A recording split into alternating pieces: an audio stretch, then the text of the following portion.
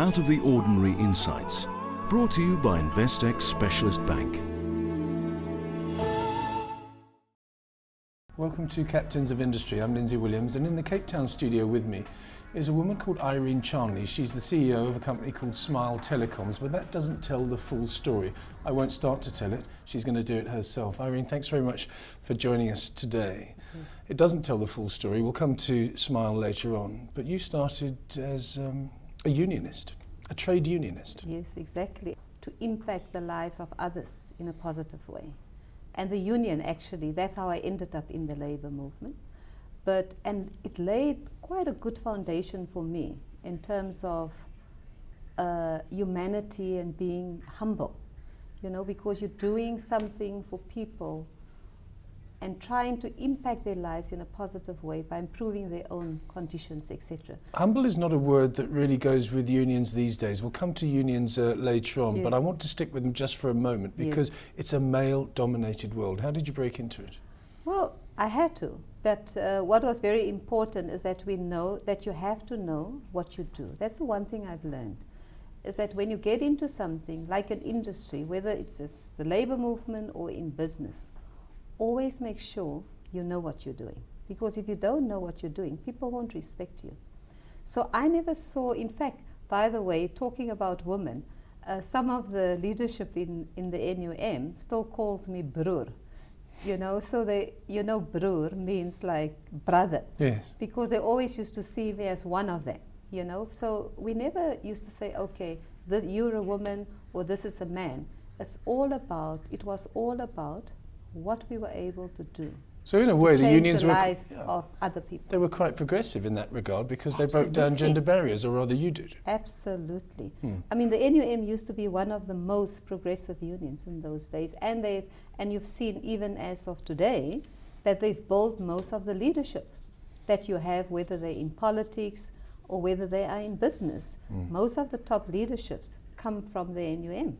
So, I mean, that gives you a very good guideline of the type of organization it was and is today.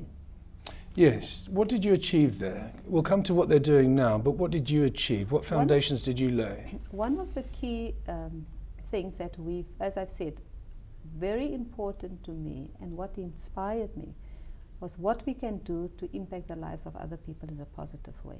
So one of the key things that I believe I was quite instrumental in was the delivery of pension and provident funds for mine workers. I mean, other than improving conditions and wages and working conditions, one of the key things was the introduction of a pension and provident fund, because prior to that, in the mining industry, workers, when they retired after 30, 40 years of work, they had to go home with a normal salary. So before you came along, unions represented the workers and represented their rights, but at the coalface, so to speak. Yes. What you did was institute some kind of financial savvy as well. Yes, exactly. That's also during my time. That's how the investment arm of the union also emerged, and that investment arm, as of today, have educated hundreds and thousands of children of mine workers, as well as mine workers, have been educated through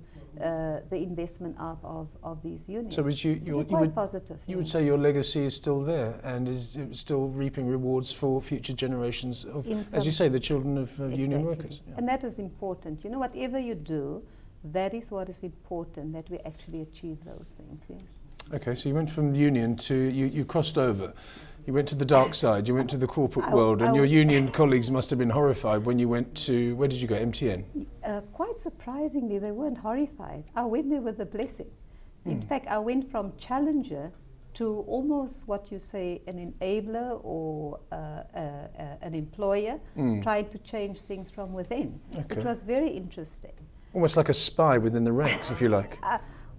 Are you really calling it a spy? Well, it's the same principle, It wasn't seen as that at the time, because at the time, I don't know if you remember the story of how unions, together with black business at the time, got involved with buying into companies. Do you The early remember days of the BE, early the days very of- early, and also yes. dark days, I have to say, in Why? many respects, because a lot of the early deals would have been thrown out if they were done today. In some ways, but at that time what was very significant is that unions and businesses got together to buy Jonic, which was an industrial conglomerate which Anglo-Americans sold Yes. just after our democratic elections. You know, and I was involved in that because I played a major role in the pension industry. So I looked after some of the investments as a trustee on these funds representing workers. So most of those funds actually invested into Jonic, and they reaped over 5 years great returns, you know. So what we did, we actually voted some of those shares. So Jonic was a major shareholder of MTN. Yes. So we did a whole number of transactions, negotiations and transactions, which I was instrumental in, you know, which resulted in Jonic becoming the major shareholder of MTN, which was quite significant. And once we unbundled the shares of Jonic in MTN to the shareholders, I became an executive director within MTN. Okay, so that was the progression. Jonic itself, Yes. I used to work for Jonic. Their headquarters were in Rosebank, Jonic Communications. That's Times Media Limited Exactly in the right. olden days. Exactly Okay. right, and they've also now gone to exactly what they Yes. are now. But the point about that is that you were then an executive director of MTN after the unbundling. Yes. They obviously recognised your Yes. talents. What happened then? Then, once at MTN, MTN was at that time in about 3 countries. In fact, by the way, I was the chairman of what we called MCell before MTN for 2 years before they became MTN. So I did a number of transactions. Who was on the board of MCell at the time when you were chairman? At the time, it was Steve Pasek. I don't know if you remember Steve No. Pasek. John T. Sandler used Yes. to be there. Saki Mokuzoma. In fact, not Saki, I think Gloria Sarobe. So we had a very good board at the time. Bob Chaffee was there, Rob Nisbet. Interesting groups of people. And then obviously Patuma became the chairman. I became an executive director and worked in the company.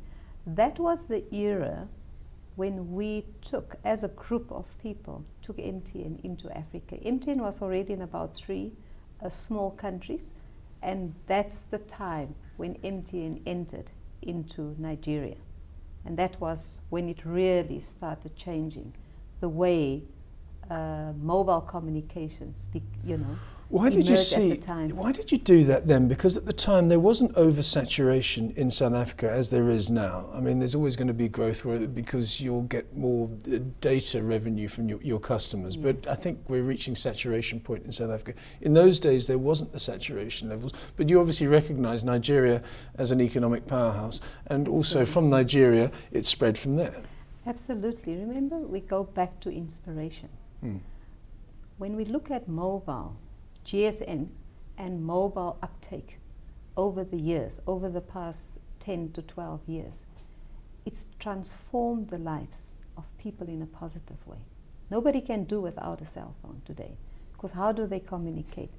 And for me, that is what was driving me, knowing that within the continent, we go across the continent, we can make a difference within the lives of people. And that is what was driving us in terms of getting new countries, getting take-up. Because people didn't even believe in Nigeria at the time, but we believed it in a passionate way. I really knew that Nigeria was going to be a success, because how can a country with 170 million people, 150 million people at that time, not have an impact on the continent? So that was a very, very important step in terms of what we had to do at the time. So I was very instrumental in us actually getting into Nigeria and being successful in Nigeria.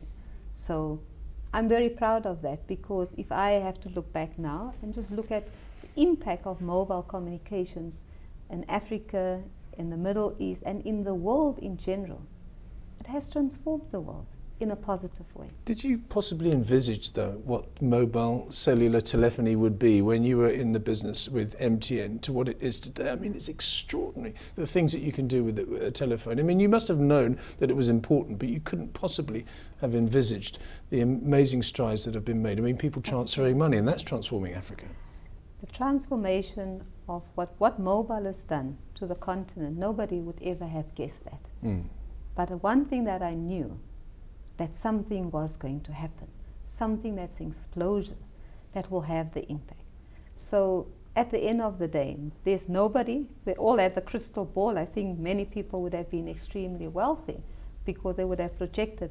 But MTN as a group, and I was responsible for those together with a team of people, we knew that by moving into new territories, we will make an impact because there will be an uptake because people needed that type of services. And that is what we've seen. The explosion, it's amazing. And I think it is still surprising many, many people. In fact, the explosive growth in Africa is still surprising most of the economists in the world because they cannot understand how countries with low GDPs could have penetration of 60, 80, up to 100% in terms of mobile communications. We're going to talk about Africa in general and GDP growth and the progression after the break, but and we'll also talk about the way that you left MTN because apparently you left under a bit of a cloud. I've just got a couple of articles here, but we'll go into that after the break. But am I right or am I wrong? They say, you know, sometimes I also have read the article that said that I'm leaving under a cloud. And by the way, how much I'm worth, which is in the same article. $150 million. This is what they were saying. But unfortunately, facts are facts, and that's incorrect. When I left MTN, I left with the blessing of MTN. In actual fact, if you look at the official announcement, I was supposed to go onto the board of MTN a year later after cooling off period, which I didn't. So, and MTN, even at that time, they were very sad that I was actually leaving because that's the time when I went to start Smile Communication. I left to start something new, something refreshing, something that will have an impact on the continent, and that's Smile.